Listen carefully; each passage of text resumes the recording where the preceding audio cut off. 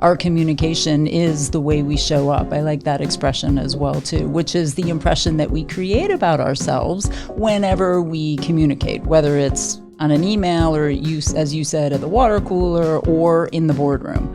We're constantly communicating and creating that personal impression. Run toward the unknown. When you're riding the big wheel, you're not alone. On today's podcast, we will learn what makes a great communicator. How can we tap into our communication skills to become more effective in our professional lives?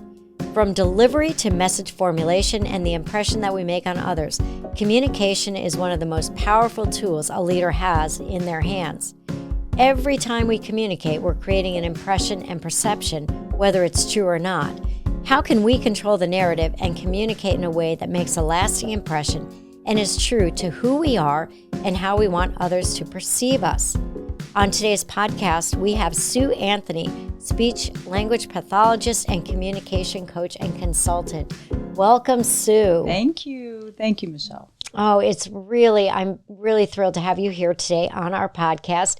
And I have a few notes here because I want to make sure that I communicate well today, because I suspect at the end of this podcast, you will rank and rate me. And that is my biggest concern today. So Pressure's off. No pressure. Okay, good. I thought we could just start by you talking a little bit about your background, how you got into speech pathology and how that led to what you do today, which is really fascinating. I think communication truly is the most powerful tool that we have at our disposal. It, drives people towards us or away from us. Yes, that's true. We can engage or not. So talk to us a little bit about how you got into this and a little bit about who you are. Yes, thank you. Thank you for the opportunity. It's really nice to be here.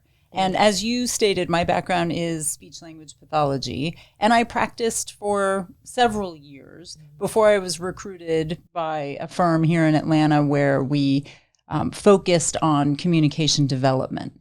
And I traveled extensively in that role and loved it. I worked with lots of diverse business professionals from all kinds of organizations and companies across the nation and across the world. And when I started growing our family with my husband, I took a break for a couple of years. And at the end of that break, I met a woman who was a CMO of a tech firm here in Atlanta at the time, and she recruited me to help the leadership team of that firm develop their communication skills, elevate their communication skills.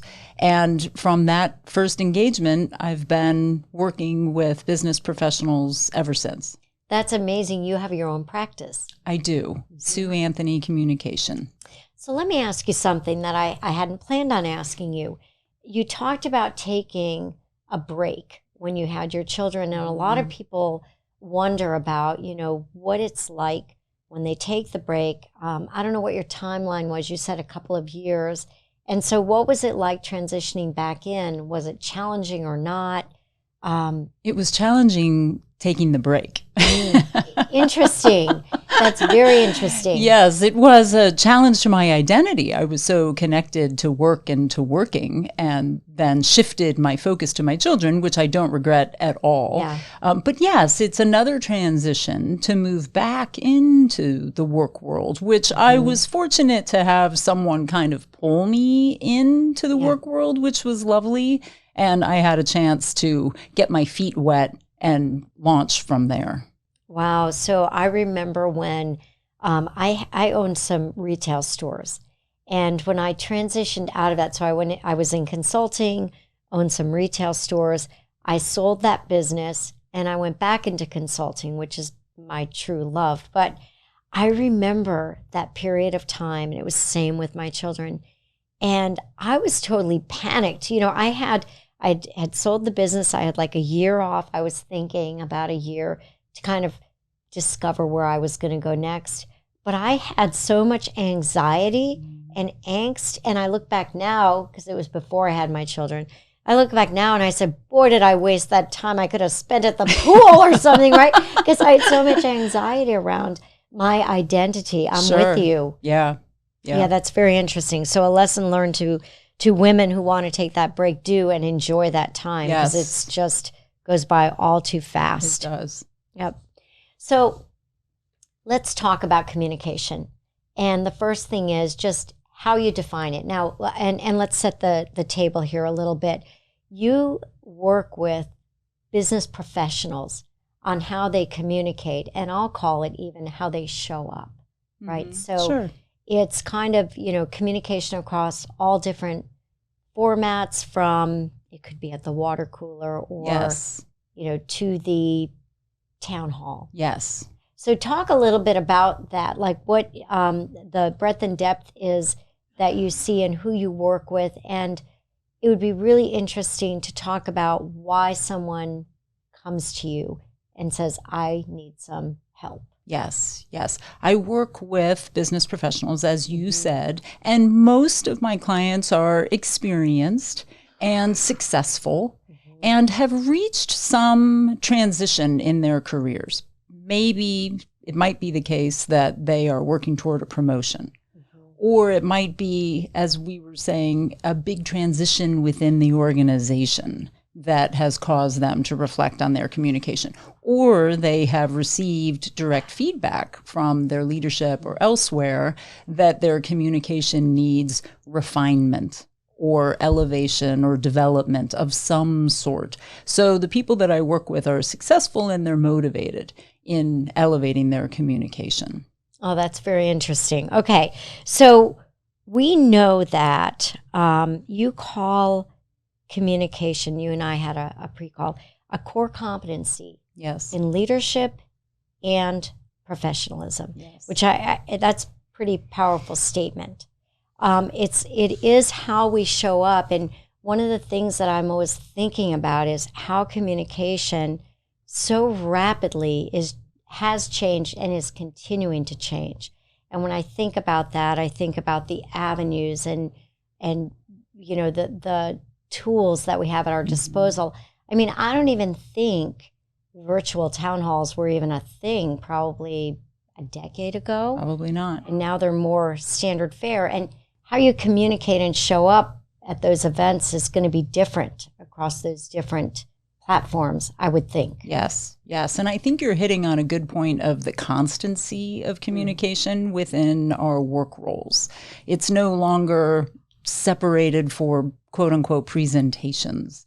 Our communication is the way we show up. I like that expression as well too, which is the impression that we create about ourselves whenever we communicate, whether it's on an email or as you said, at the water cooler or in the boardroom. We're constantly communicating and creating that personal impression. So let me ask you like the poignant question that everyone wants to know the answer to, which is, how does a professional like you, how would you define someone that is a good communicator? Someone who's effective. And the way I define an effective communicator is someone who has a planned message and is delivering that message clearly. And when they do that, they're engaging their listeners.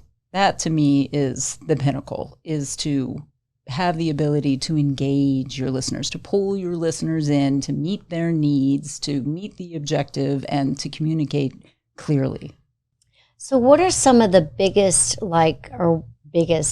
misconceptions that people have about communication where they kind of fall down? I think there's two. One is that if our content is good, we'll be just fine. And there is some truth in that. If our content, our messages, if we know what we want to say, we can lean on that and rely on that to carry us through to a certain point.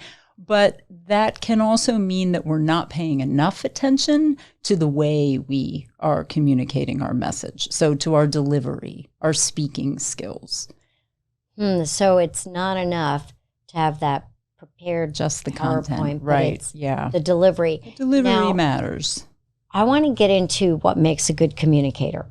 And you talked about it's the engagement factor. So explain to me, how do I engage someone in a good communication? Because I might think that, I got a good personality, I'm outgoing, I can tell a good story, so I'm engaging from my perspective.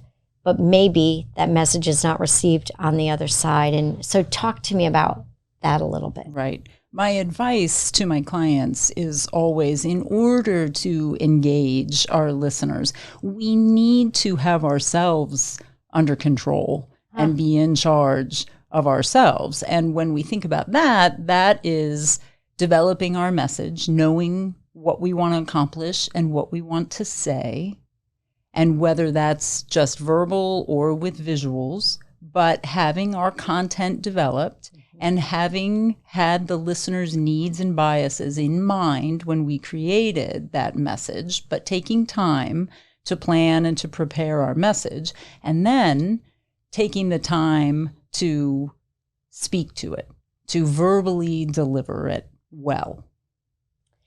I want to get into this needs and biases, because one of the things that we had explored together was the idea of a magnetic personality, right? Someone that has magnetism.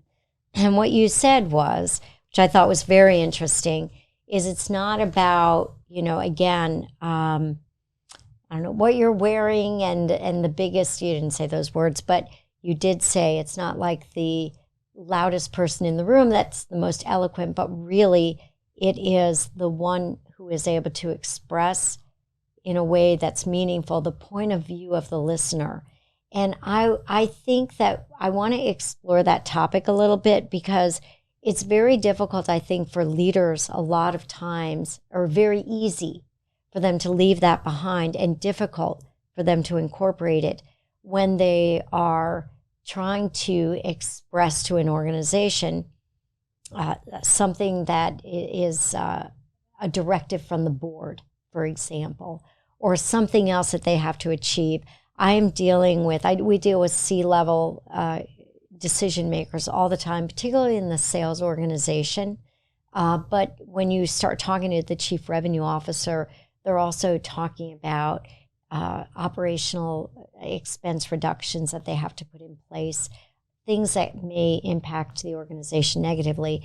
And they're not even thinking about the impact of the organization. They're thinking about saving their job, potentially, that of the people that work with them. How do you make sure that you take that time to think about, or tell me the importance of not including the point of view?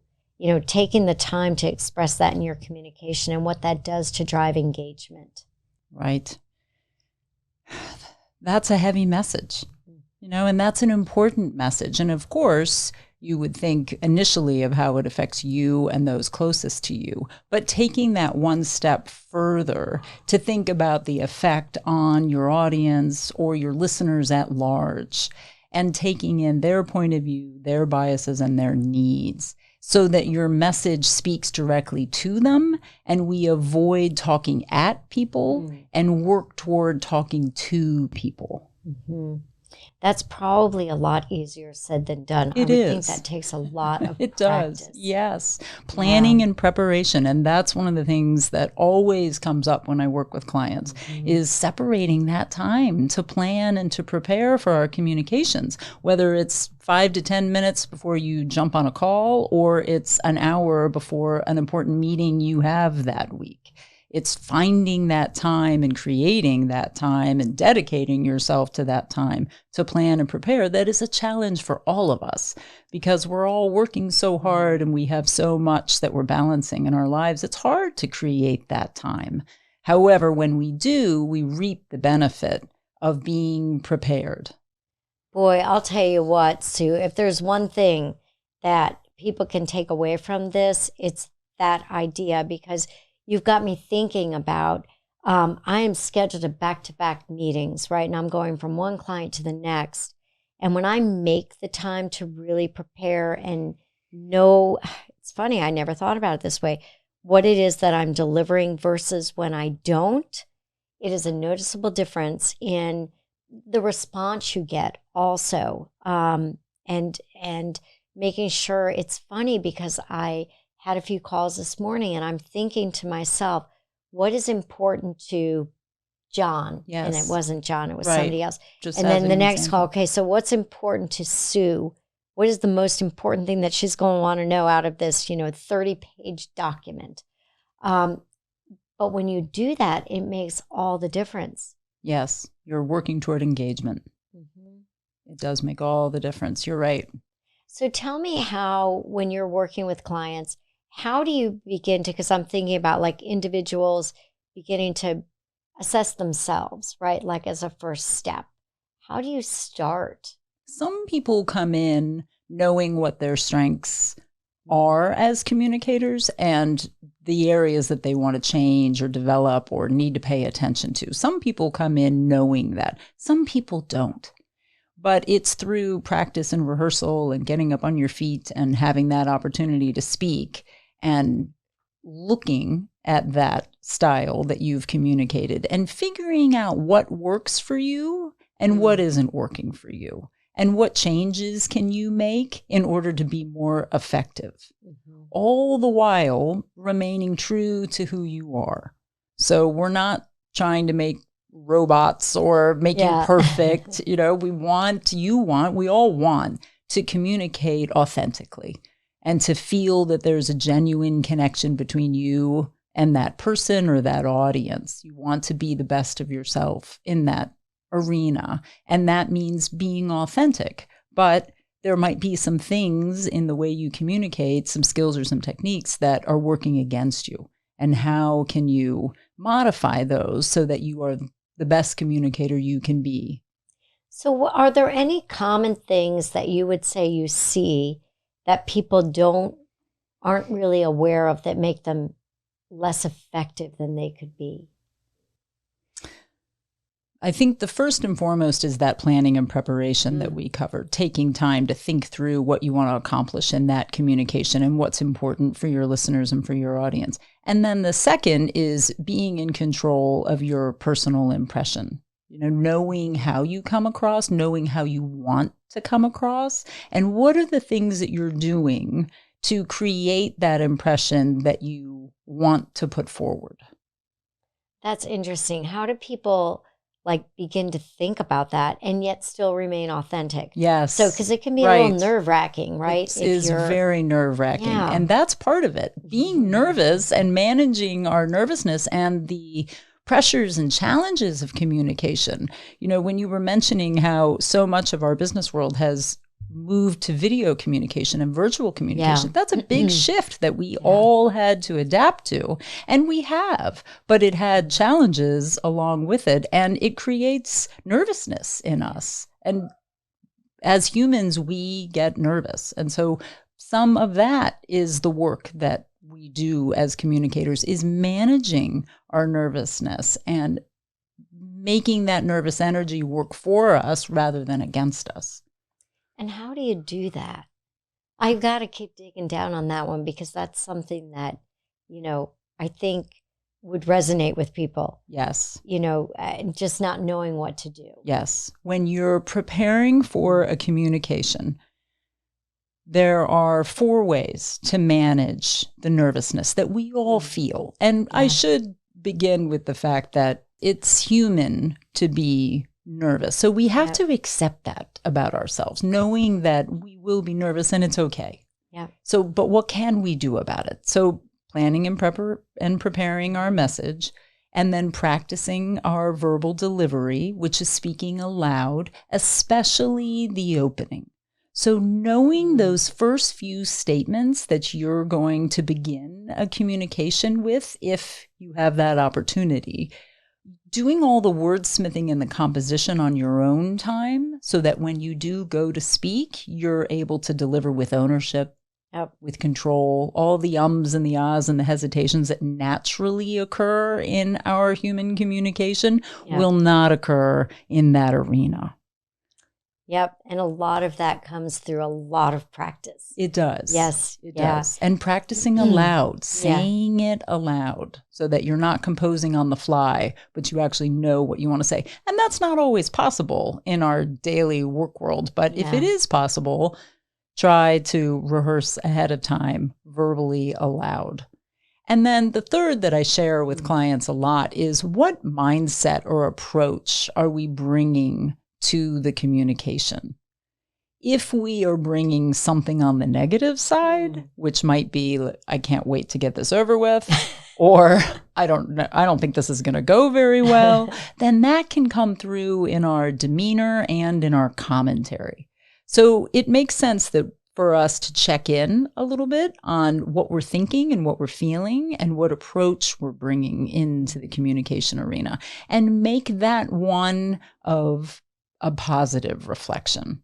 And one that I share with clients is that you bring value. You bring value to the communication. Whatever it is that you offer, your skill set, your expertise, you bring that. And that is valuable for your listener and for your organization. So that's an example of having a positive mindset, and then allowing that to be the source of your demeanor and your commentary. And then lastly is relaxation.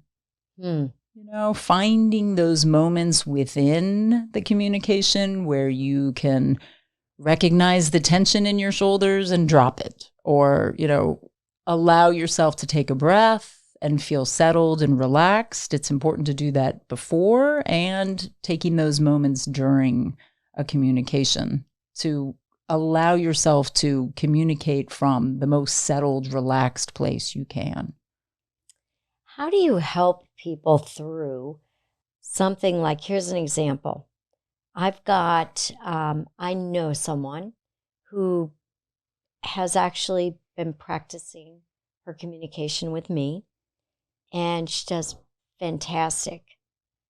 You put her in that boardroom, and all of a sudden, she talks so fast. Sure. And things are running into each other. And we've been coaching and talking about this. There's that nervousness, right? Right. How do you start to work with people on just how they can slow down that delivery? Maybe, I just thought of something, maybe it's recording yourself and actually seeing it, the playback. Because I try to describe it, and every time it happens. And I'm wondering how you kind of help people through specific things like that.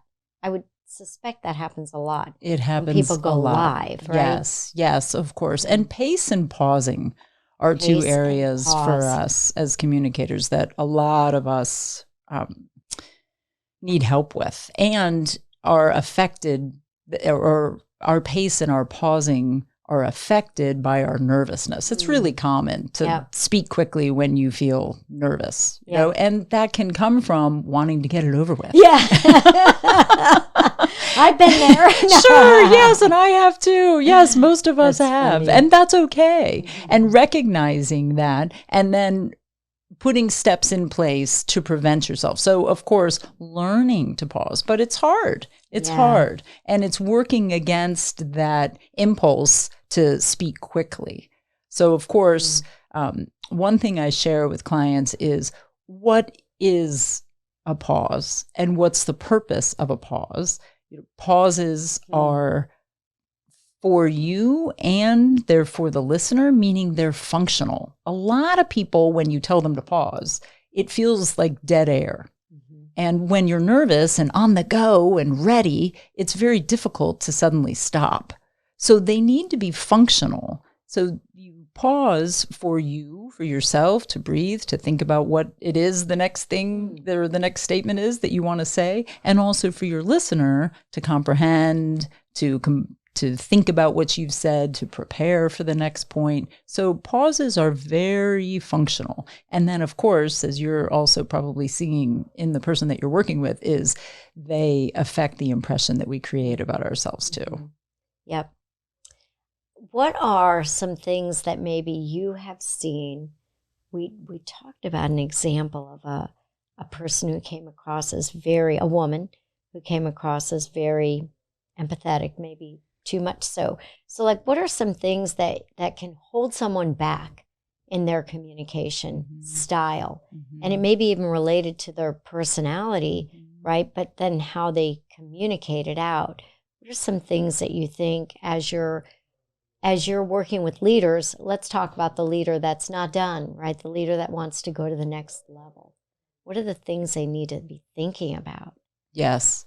Well, all of us as men and women want to be effective communicators. Most of us do desire to be effective communicators. But yes, taking that reflection, that personal reflection, again, on what it is that they do well and what it is that they need to refine or develop.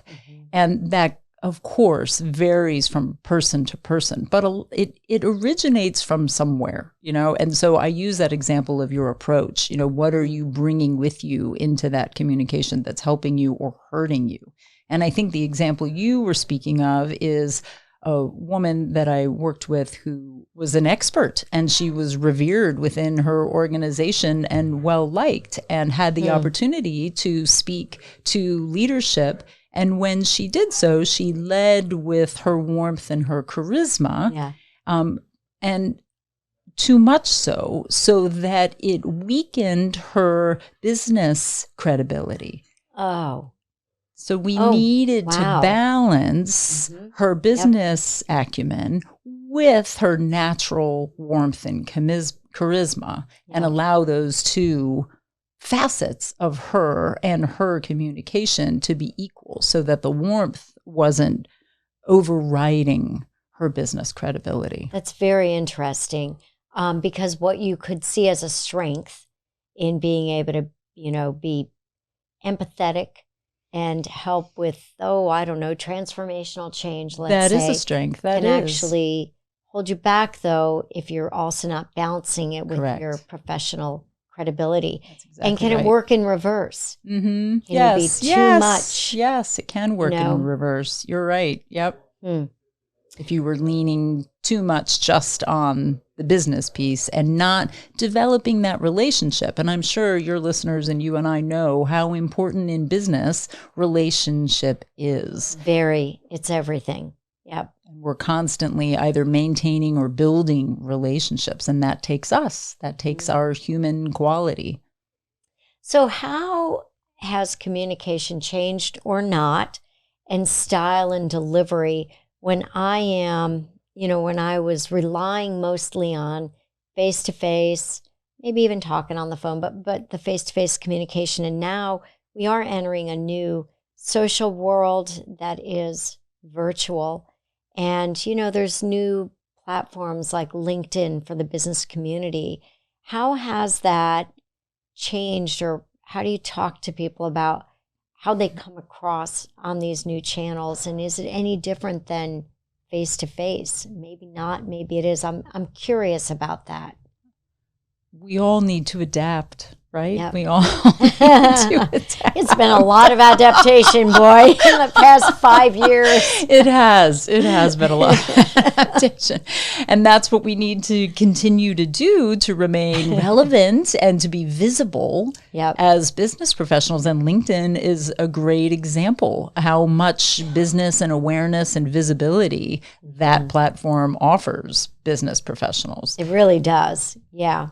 I'm seeing, you can see a bit more personal side of a CEO, for example. So whenever I see one of the CEOs who I know and I've worked with put a post about their team, and I know it's a post that they have posted about their team, not, the communication team or the marketing team. That's one thing I wanted to ask you about, because when you particularly think about C-level showing up on LinkedIn or another social platform, I think it's a fine line between, are they really communicating, or is their team communicating on their behalf, where it's like the person. I seem to be able to tell the difference, and one does come across as more genuine.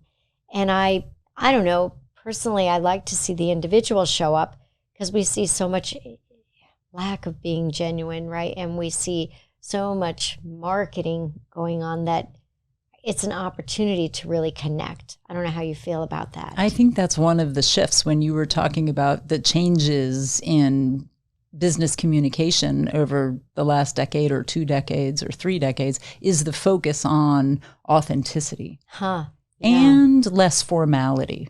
I would say that's part of the shift as well.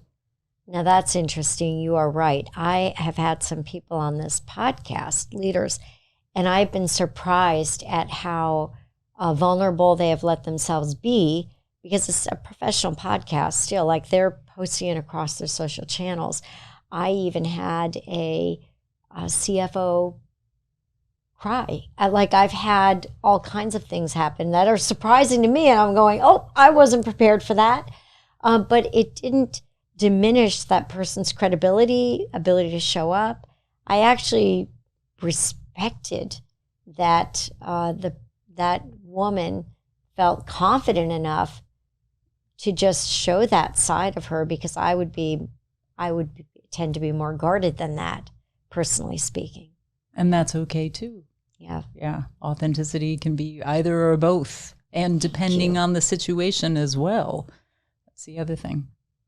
So far, I think I'm ranking okay. So Better than okay. Good. This is it. The connection of work and personal communication. So how I show up at work versus how I show up at home, how I show up with my kids versus how I show up in the boardroom. I mean, obviously, that's a huge difference. But are there any universal communication truths that hold true no matter where I am? I think when we spoke about this earlier, we talked about the challenge of business settings, whether it is in an office or at home, and responding to those challenges with the best we can, right? And within the identity that we are owning at that moment. You know, at home, we have a different identity versus in a professional workplace, we have a different identity. So, yes, of course, right. So it translates differently. However, you still want to be effective. You're still working with yourself as a human, and you're still working to engage whoever it is that is your listener at that moment. Yeah. So it's still about that engagement. Not necessarily negotiations like with your kids. Correct. But still getting that point of view Yes. and understanding. It makes me laugh when I talk to my kids sometimes. So the art of listening. How does listening play into communication? Because people think about communication as it's outward. I'm talking, I'm delivering. But what about listening? You're also receiving. Yes, good communicators, as I was saying previously, who feel in control and composed and are able to work with that level of self-control, allows them to be available to others and to be with others and to listen to others. So to see responses and reactions, to be brave enough to take questions, to be brave enough to respond to those questions in the moment. And sometimes that does take real courage depending on the scenario. But you're spot on. Like in communication, receiving is part of it as well. So listening and seeing and looking and preparing for our listeners. One of the things I talk to the leaders that we work with about, because a lot of times we'll set up a communication plan for them, or a schedule, if you will, starting with like big messages and getting more specific about what might be changing in their role. We deal with sales organizations. What might be changing in their pay, all these things that impact them on their job.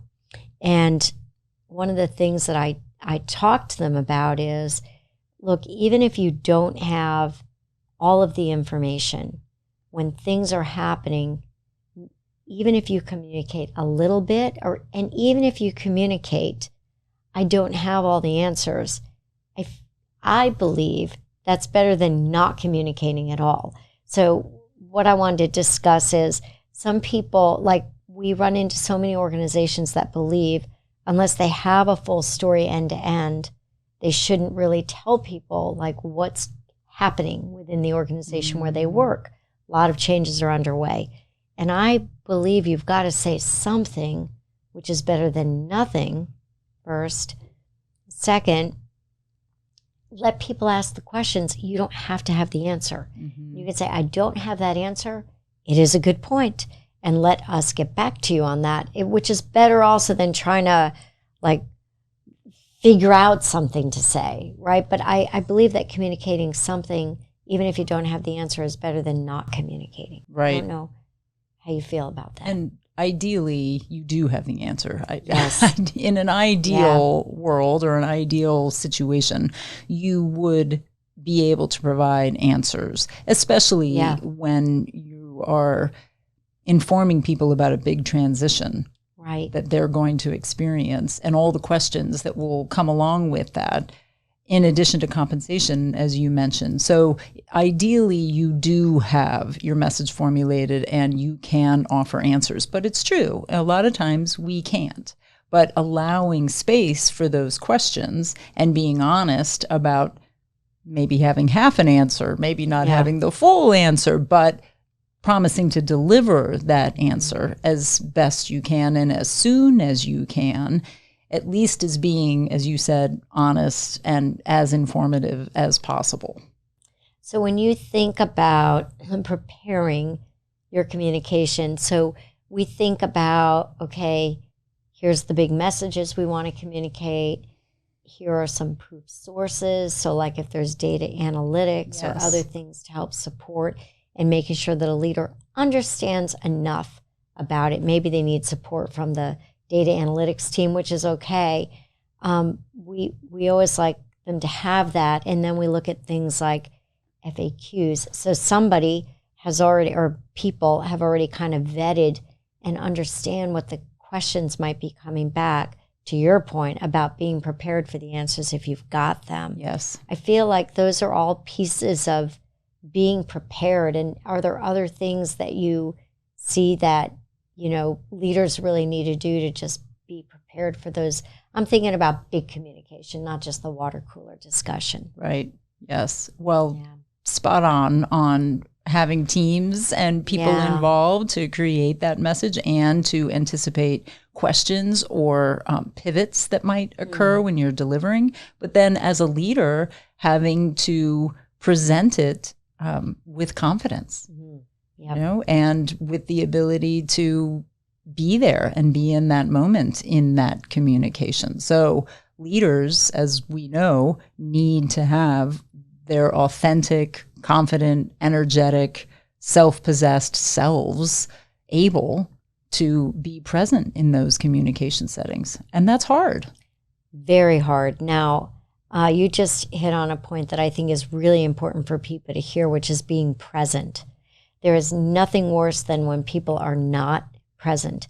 And whether you're just having a 5-minute, particularly, I guess, right, if you end up having a 10-minute conversation with someone or a one-on-one and it's on top of or on back of meetings, I think that one of the biggest gifts that a leader can give is the gift of their time, even if it's 5 minutes where you can be highly focused over 30 where you're just not. I just think it's more powerful in a communication. So you're saying be present, you're saying be prepared, and always point of view. We got 3 Ps. Point of view of the listeners. So that you can create that engagement. That's right. That's pretty good. So we're actually doing pretty good on this one, you and I. Okay, great. I would say, anyway. Feels that way. So is there, and I don't think that, I want to get your point on this, because people have a point of view or a perception that men and women have different strengths and or weaknesses that might be prevalent for them, for a male or a female point of view. I think individuals have different strengths and weaknesses, and their gender might play a role in that, but it really comes down to the individual, regardless of your gender. Yeah, that's a really good point, because I was surprised to hear you say that. And I think that people need to hear that. I think it's very interesting. So I want to think about, as we look ahead, communication, right? So now we've got AI, and people can leverage AI for email messaging. Assistant bots are coming out. They're talking about, we're even talking about leveraging AI here. This was an interesting conversation to create like a hologram, right? I mean, you can just have this person, which allows me to, allows us, not me, to scale our CEO to, and you can do the voice and the person. We've already tried it. And that person can, that virtual person can then be leveraged to create all of this training material in a fraction of the time, right? You load everything up, if you will. And so I'm curious to get your take on, in the advent of AI and all these different ways of communicating now, what does that do to the authentic, face-to-face, real communication? Do we know what that even means? Do we know what authentic really means anymore? Like, how do you believe, looking ahead, that communication is going to be viewed and looked at in the future with all of this new technology? The little that I know, with AI and its capabilities and its applications, it's another technology that we'll need to adapt to and use. I think in a lot of cases it's going to improve situations, and maybe in other situations it's not going to improve. But it is here, correct? Right? It's one that is here. It's here. It's going to be part of our business landscape, and we need to adapt to it. I don't think it will replace human face-to-face connection. There might be situations where it does just that. It replaces human face-to-face connection. But I think the value, similar to what you and I are doing now and what we've done previously, having these moments together, face-to-face, one-on-one, or 1-on-20, whatever it might be, but having each other in the same room communicating face-to-face will still be valuable. To me, like, as I went through the pandemic, as we all went through the pandemic, and everything, we're used to doing important meetings, client-facing communication. And I found that after we went through the pandemic, the moment you go and you visit someone, even if it's once, that connection is just different. And, we worked to create that in the virtual setting by making it a little bit more personal. I would do things like ask people, we're sitting in client meetings and I'm asking questions I never did before. Tell me one fun fact about yourself, since we can't be in a room together, just to get some laughter and levity, because you're right, we all had to adapt. And I feel like we have now. I think we have too. It looks like, it's our new world. But I'm with you. I still think there is power in face-to-face, and I just don't see that going away anytime. At least I hope not in my lifetime. I don't think so either. So let me ask you about a big wheel moment. So this is the Riding the Big Wheel podcast, and we're all about that. And big wheel moments, I like to think about a time in your life, big or small, that impacted you. Maybe it was around a career decision. It could be a personal decision, but it changed something for you about how you think or view your world. I think it was way back when I was in college and desperately trying to choose a major. Oh, this is very interesting. Yeah. And it was challenging for me because I wanted to be a helper, and I wanted to have a technical skill, and I wanted to be employable. So I had 3 prerequisites for my degree. But I think that what has remained constant in my life is wanting to be a help, wanting to be helpful to people. I enjoy being with people. I'm curious about people. But I think somewhere along the way, that consistent thread of wanting to help and be with people, for people, about people, learning more and more about people has been the thread that has remained constant in my career. That's really interesting. I was listening to this famous psychologist, and I don't know that this is true, but this person said that we make, or that we're most, he said, we have our best ideas. Tell me this is not true. I can't believe it. Between the ages of 20 and 22. Oh, interesting. I'm thinking like, what? I don't even know how that can hold true. Mm-hmm. I didn't even know, I knew very little. And like you, when I was choosing my major, I'm thinking, okay, how I can be employable? I still like it, but does it make sense, this particular thing? Right. And yeah. But anyway. But then as the years go on, I've also heard something somewhat similar that, during our early decades of our career, we're really having new ideas and applying and working and engaged. And then we get to a point where we're still engaged, but our learning is more crystallized and it moves to one of wisdom. Oh, that's interesting. I'm still in the learning phase. You and I are still very, very young. We're still learning a lot every single day. So let me ask you, is there a couple of takeaways that you would want as people are thinking about their communication style? And we've got leaders that would be on here too, but people that are listening. And certainly, I want them to understand how they can get a hold of you, Sue. But in addition to that, like, what are some key things that we would want people to remember about our conversation today? That communication matters and that it takes time and energy to develop our communication style. It's not just about talking. And it's not just about talking. Yeah. Right. Yeah, there's more to it. There is a lot more to it. And most of us in our careers have developed our communication style just over time through trial and error. Yeah. And we might have in that time gathered or created habits and techniques within our speaking style that don't serve us. And so it does require us to pay attention to our communication and the impression we create about ourselves, and also our ability to clearly communicate effectively with our listeners and our audiences. And I think it's within everyone's reach. And actually, I would argue that everyone should also continuously challenge themselves to be better communicators in this really rapidly changing world of I feel like with all the different ways we can communicate, it's so easy to get all to be misunderstood, Yes. if you will. Yes. Too.